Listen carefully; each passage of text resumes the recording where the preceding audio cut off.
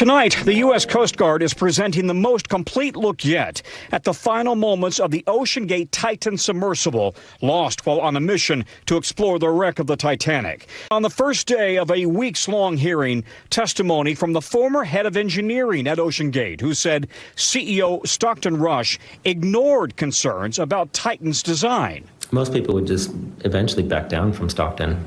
Like it was almost death by 1,000 cuts. But the hearing was kicked off with a 29-page report, a presentation from the U.S. Coast Guard. The standout feature of the report is probably this image, the final resting place of the nose cone of the ill-fated submersible, lying smashed like a broken egg, walking distance along the seabed from the wreck of the Titanic itself. I got nightmares in my head, I fear. Thoughts build up until I can't feel. My mind fills up into a creature, and it haunts me somewhere much deeper. I got nightmares in my head. Hello and welcome to True Crime Rocket Science, the most authentic voice in true crime. In yesterday's first day of public hearings held in Charleston, South Carolina, the first witness, Tony Nissen, OceanGate's former engineering director, looked visibly shaken after this report was read out and displayed on screen for the first time. We're going to be dealing with this in a lot of detail. But before dealing with the U.S. Coast Guard's report, we must bear in mind the lingering questions that remain a year after the disaster. Number one, did the crew know the craft was about to implode? 2. Did it implode while descending or ascending? 3. What was the actual attitude to safety? 4. What were the final communications with the Titan? In other words, what does the authentic transcript reveal? And number 5, how serious were the safety issues? Who knew about them? And who absconded their responsibilities in this regard? Before we get to that, if you haven't subscribed to the channel, please do. Bear in mind I will be covering the witnesses as they come through. I believe the third witness on the list is David Lockridge. I would really like to hear from him, the Scotsman. But I want you to consider these questions now as we review the report. How many are answered? Which questions remain unanswered? If you're finding my analysis worthwhile, please like, share, leave a comment. You can also hit the thanks button and let's get started. So page 1. Submersible Titan USCG, that's US Coast Guard Marine Board public hearing. So we can see, first of all, this is going to be an 11-day hearing, almost 2 weeks, with around 16 witnesses, which isn't really a lot. 3 were heard on the first day. By the way, I'll be posting the full witness list, including the very next witnesses to testify following this video. Now, page 2, purpose of the investigation. Is there any evidence that there's any failure of material? Is there negligence? Also, has an employee contributed to the casualties? Now, in terms of the ambit of the investigation, the first aspect is to determine what led to the failure of which material and whether it was design related. I think it's going to turn out to be both in terms of an impractical, elongated sausage-style design, which is just not the right design for this kind of depth, and then also the improper and ill-advised use of carbon fiber. Now, I do think this elongated sausage-style design comes from this whole thing of aeronautics. You tend to see that in fuselages. Planes have that kind of shape, and that is really Stockton Rush's background. That's something that I think was missing from the presentation, was Stockton Rush's background. And so, it might make sense to him to have this elongated design and something that looks like a wing or a missile or something, but that is not the kind of shape that works in submersibles. You want cylindrical, spherical design.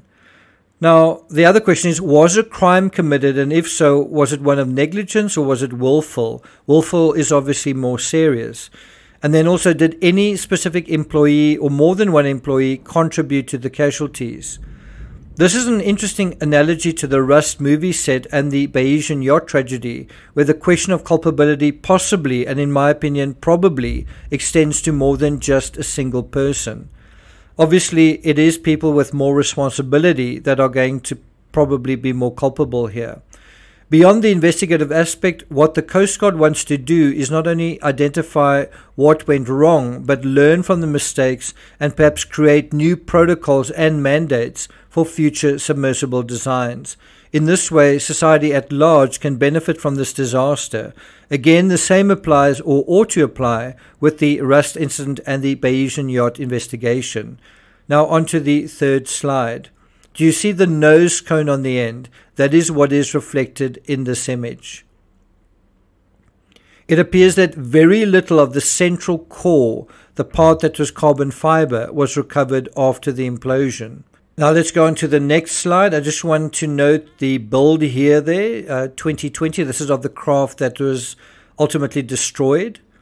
And then the crew. Stockton Rush was the pilot. Paul-Henri Nargelet, PH, he was the co-pilot.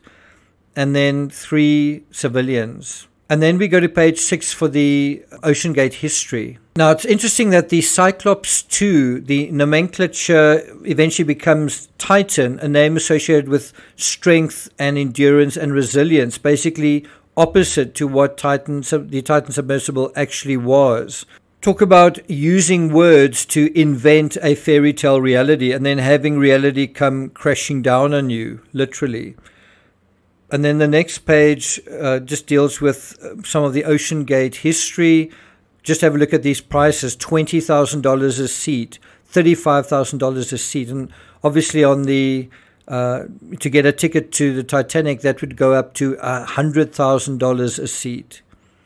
Then the Titan prototype history, take a look at that. Look at the red text. Carbon fiber composites are not permitted by marine safety standards. Also look at where the original failure site was in December 2015, right around the window, while using brittle, inflexible carbon fiber domes. So that was something that they changed. These were later replaced with sturdier and more flexible titanium, also more expensive.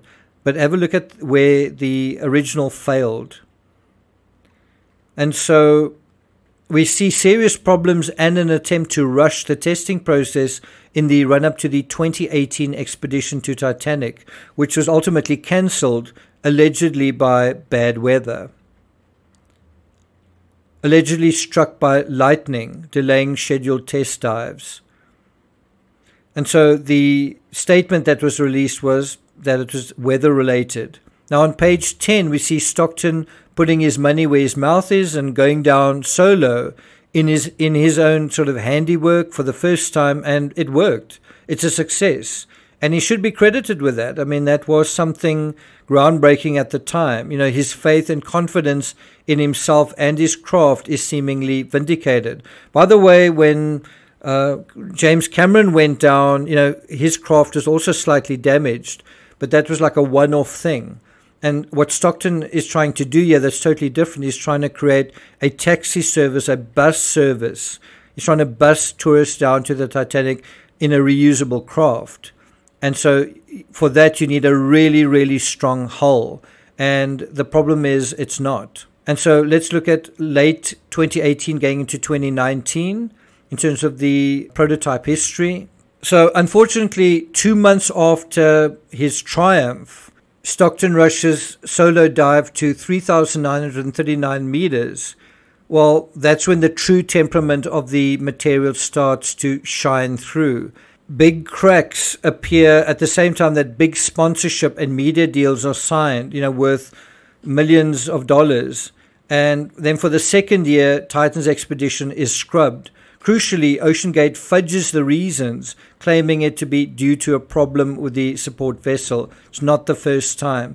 If they're fudging reasons in terms of their public relations, what are they doing in terms of the actual passengers? Are they being honest with them? And so I think this is an early sign of systemic dishonesty and an inability to acknowledge mistakes or problems. Next page, page 11. Now, after 2 consecutive seasons of mishaps, a new prototype is developed in 2020. It would be this hull that would implode 3 years later in Titan's 3rd season.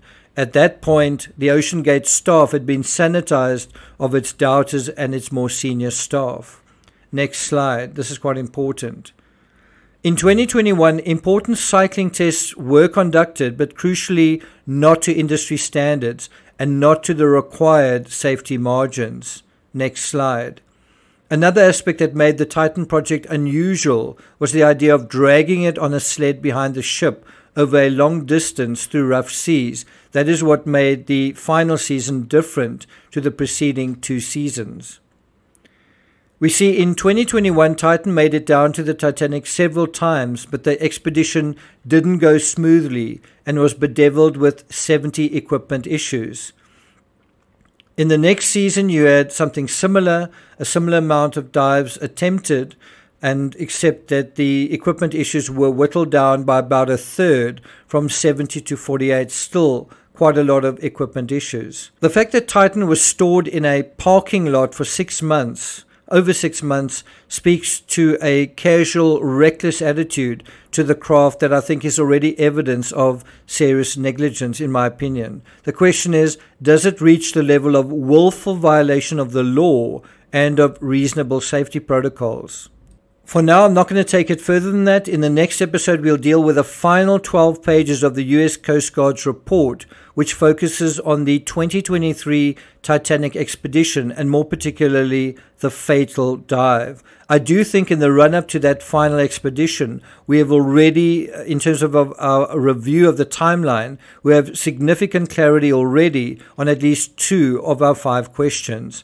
In terms of question number 3, what were the actual attitudes to safety? Well, we can see that they were unacceptably lax, and that far from being an accident, Titan was an accident waiting to happen. Question 5, how serious were the safety issues? Who knew about them and who absconded their responsibilities in this regard? Well, we can see that they were pretty serious, and as I say, systemic. They were there all along. We also know that Stockton clearly was aware of them. But who else besides him? Nissenstein, he refused to dive in the submersible that he helped design. He wanted me to be the pilot that runs the Titanic missions. And I told him I'm not getting in it. He was right not to. Thank you for listening, and I'll see you guys next time.